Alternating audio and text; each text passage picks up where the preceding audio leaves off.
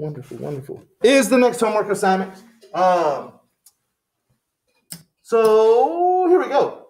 Hazard city number 2. This is going to be just like the first one. I believe with the first one, hold on, let me go back real quick. I just want to observe for a second. Homework number, no. Hazard number 1. Where'd it go? Hazard assignment 1. Okay. It's about half done. So if you haven't done it yet, make sure you're working on it. The due date is tomorrow. You definitely want to get that done and get started on the next one.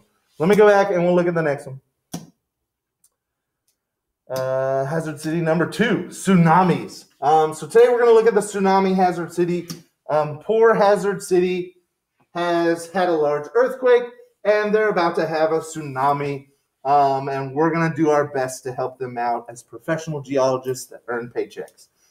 So note, answer statistics on this page. Am I in the right one? No. Hold on. Let me go over here. I don't know if y'all are supposed to read that. I don't think it matters, but it's not necessary. So here we go. This is what you would see.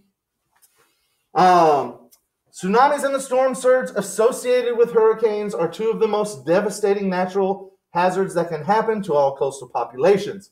So they are talking about tsunamis, but they kind of throw in storm surges here. So basically, large amounts of water coming onto land. We don't have tsunamis in Texas, but during Hurricane Harvey, we did have a pretty big storm surge that came onto land and helped exacerbate the flooding. So this does kind of tie into Texas a little bit. The destructive effects of both hazards are quite similar. It's water coming onto land. A tsunami and a hurricane risk assessment geologist, as a tsunami and hurricane risk assessment geologist, that's what y'all are today, you have been hired by a village council to develop a hazard assessment response plan. Your job involves learning about the causes and effects of tsunamis and storm surge, and then assisting the village council with filing a report. I'm going to tell you right now, I don't know that anything called a village can afford me as a geologist. You got to be like closer to a city or a town. Village sounds like what, 15 people? Are y'all hiring a geologist? Maybe you should team together with other villages. We'll see. Using the links located on the left, you will learn about the background information related to tsunamis and storm surges and the extent of damage that is produced by them by determining how far the water travels inland. And that's really the most important thing. If a wave hits, if I get a huge hurricane, how far is that water really going to go in? Is it a mile? Is it 2 miles? Where's it going to be? Where are my hills that are going to stop that? Or do I have no hills and it's just going to keep going for quite a ways? Those are important things to know. So, how far the water travels inland. In your report to the village council, you will include information concerning the storm's travel speed and warning time. How many people need to be housed and evacuated, and the percent of the village that might need to be rebuilt. Upon completing this work, you will be able to A, understand that the destruction related to tsunamis and storm surges are devastating and similar. B, describe the causes and effects of both tsunamis and storm surge. C, understand the factors that affect water traveling inland for both tsunamis and storm surges. And D, determine how much of a community is destroyed and displaced based on provided information. So let's see how many questions we have here. We got a part A, which asks you to sort some sites into different water levels. Then you have a part B, which again looks like sorting. You have different groups here, and they're asking you to kind of fill in the sentences, I think. We'll take a look at that in a second. Part C, more sorting. Part D, you get some multiple choices, and not too bad. Part K down here at the bottom. So imagine once you get part A, B, and C done, part D through K, you could probably answer without a whole lot of research. We'll see. So let's see what they give us here. You know what? I like all my tabs on the same window. So let's do this. New tab. There we go. And then I can click on the letter and the tsunami background. I imagine the letter is them hiring me and telling me their problem. But I want to open up all my different tabs. And let's take a look. So I want to go top to bottom because I imagine they organize this in a certain way. So yes, this is my contracting letter. The city is like, hey, we need a geologist. And so they're addressing me, telling them about their last meeting. You're going to read through this. And this probably is similar to the setup of the assignment. They kind of tell you what they want. So we are specifically interested in the maximum amount of warning time our residents can expect before a tsunami strikes. That is kind of important. If I know I'm really close to the earthquakes, like maybe Japan, I know my warning times are going to be small, like minutes, not hours. If I'm talking about like Hawaii doesn't have major earthquakes. So any tsunami that hits Hawaii is coming from the other part of the Pacific. So Hawaii is going to have hours of warning time before they ever get a tsunami. They don't have to worry about fast response. They just have to worry about being informed that something's coming. So let's see, the number of residents that will have their homes destroyed. This is kind of similar to what we did with the earthquake one. We want to look at the homes, look at the neighborhoods probably, and figure out, is the wave going to get to those neighborhoods? Are they going to be destroyed? The possible need to rebuild several small cottages outside the main village based on tsunami run-up elevation. So we're going to look at an elevation map. The storm surge related to destruction of homes after a hurricane with roughly known storm surge. So if we kind of guess how big is the storm surge going to be, we can figure out how bad it's going to be. The percentage of the city that will have to rebuild, assuming the destruction from a known tsunami, run-up, elevation, or storm surge. And the speed of a tsunami in the open ocean as that relates to warning time. So those are the things that they want.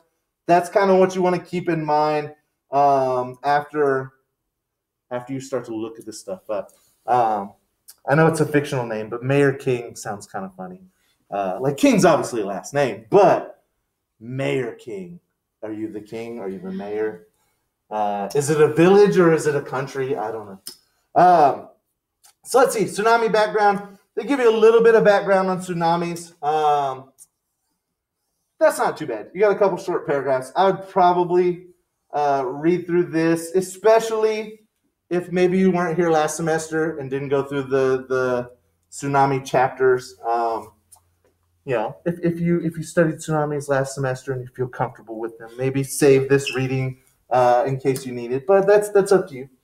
Tsunami travel time. So this is kind of what I was saying. This is important. If we're talking about a town, a village up here in Alaska, your warning times for tsunamis are going to be relatively small. Again, you're talking minutes, not hours, because you're underneath that 1 hour mark. Out here in Hawaii, you're not anywhere close to where an earthquake is going to be caused. Hawaii does have volcanoes, but they don't have large earthquakes. They're not on a fault zone. They're right in the middle of the Pacific plate. So Hawaii, you're talking like 6 to 7 hours. If it's coming from Chile, you're talking 14 to 15 hours. So Hawaii doesn't need fast response. They just need a response. Where if you're in Alaska, as a police officer, you need to be able to know how to get people up to the proper elevation very quickly. You got to get them out of their homes. You got to get them ready to move and have everybody know where to go because it's got to happen fast. So that's probably going to be an important map to keep up. They do have a little practice down here. Using the provided scale, estimate the speed of tsunami in the open ocean. It is important to take speed over a large distance. So basically to get the speed, miles per hour, they even have it in miles down here. You're going to have to measure how many miles it is from like Chile to Hawaii. So you find out, like, well, let's see. Like my pin is roughly 2,000 miles, right? So I go 2,000 miles, 4,000 miles, maybe 4,800, something like that. 4,800, 6,000, no, 5,800, 6,000 miles, close to 6,000 miles. And then you divide that by 14 hours, and that'll give you a miles per hour kind of thing. So You can do the same thing from Alaska. And you can check your answers to know if you were right or not. Let's see, storm surge. So this is another page like the tsunami one that just kind of talks about storm surges and what that means and what you're kind of looking for. Let's see, inland water extent. So this is our fake city. This is Hazard City, I assume, or is this not? These look like real towns. These are real towns. The red line shows the inland water event of the tsunami that hit the southern Peruvian coast. So this is showing you how far the wave went in. Is that right? So like here, so what I can see from this, and again, there's no scale, so I don't know how far these things are, but they definitely have the red line going like way up here. So they had a tsunami. Over here, the tsunami like barely got onto land. That could be a function of what's happening out in the ocean. It could be a function of where the tsunami was coming from. I don't know. It could also mean that right here, you have a sharp elevation increase. Like you have cliffs right next to the beach or like hills right next to the beach. So the wave couldn't get up that far. But maybe over here, you're just like super flat. And it does not rise in elevation as you go away from the beach. So the water came very far inland over here, where it didn't really come very far at all over here. This Kamana part, you can see, I think that's a river or like a long inlet bay. And here's like another little bay. And so that probably helped drive that wave inland around that area as well. So a couple things to think about with storm surge and how far your tsunamis can get up onto land. Here's a little hurricane scale. It shows you the category of the hurricane. Category 5 is going to be the highest. Category 4 will be the smallest. And it kind of gives you a storm surge in feet. So category 5 hurricane, you can expect a storm surge roughly 18 feet or higher. And what is this down here? Factors affecting inundation. So like I said, if you have a like gentle slope, your wave is going to come further onto land. If I have a steep slope, my wave's not going to come onto land very far. And they kind of have that shown here. Here's section A prime. Here's B prime. And so you can see B was much, much more flat, which is why the wave came further onto land. And I assume this is a generalization of that map. They look very similar. It's got to be pretty close. So, lots of information, lots of information. Who's this? No access allowed. Oh, hey, thank you.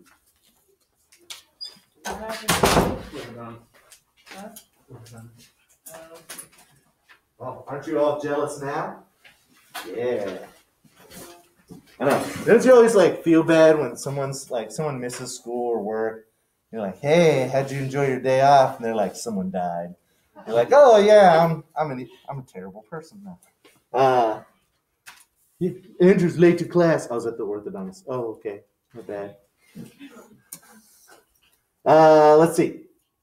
What is this? Location map. Clearwater Channel, Ocean Village. So this is, I assume, our village in Hazard City. This is the village that has hired me, Ocean Village. They want to know how bad a storm surge or a tsunami is going to be. No, earlier they mentioned the small cottages just outside of town. You see A and B here. Says down here in the paragraph, location A and B are those small cottages. So that's what they were wanting to know about, the small cottages. There's not a lot going on in the town. It looks like you got maybe like 10, 20 houses, a couple streets, not a lot of things going on. They do have some elevation here, which, I don't know, it looks relatively even kind of all the way around. Over here at this point, notice your elevation lines are a little bit closer together. That's going to mean a little bit steeper of an incline. The further your elevation lines are apart, the more gentle and flat it's going to be. But in general, that's not too bad. These are roughly the same as these over here. So I think your tsunami and your storm surge probably isn't gonna like come really far inland somewhere. It's just gonna be a relatively similar line to the shoreline. We'll see. What do they have to say for themselves here? I think that's about it. And so the key here is they're going to ask you about a specific hurricane or tsunami. We'll see what they get to with the tsunamis.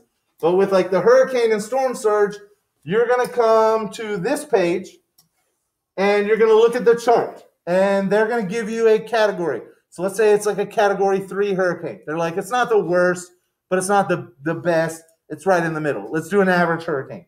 So let's say they say category 3. You're looking at 9 to 12 feet. That's where you want to draw your line, or that's where you want to think about your line being. So you go back to your location map, and you find out where 9 to 12 feet is.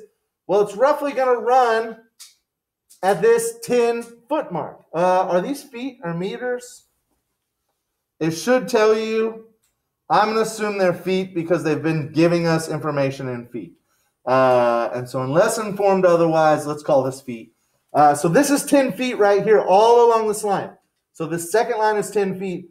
So if it were just a category 3 hurricane with that storm surge, it's not coming very far into land. It's not like the whole village is endangered.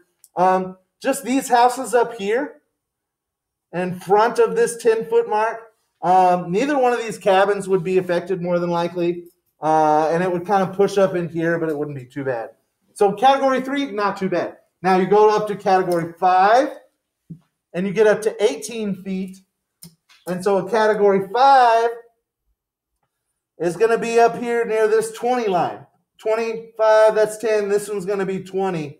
So if it's a category 5, now you're talking about half the town, including cabin B, but not cabin A.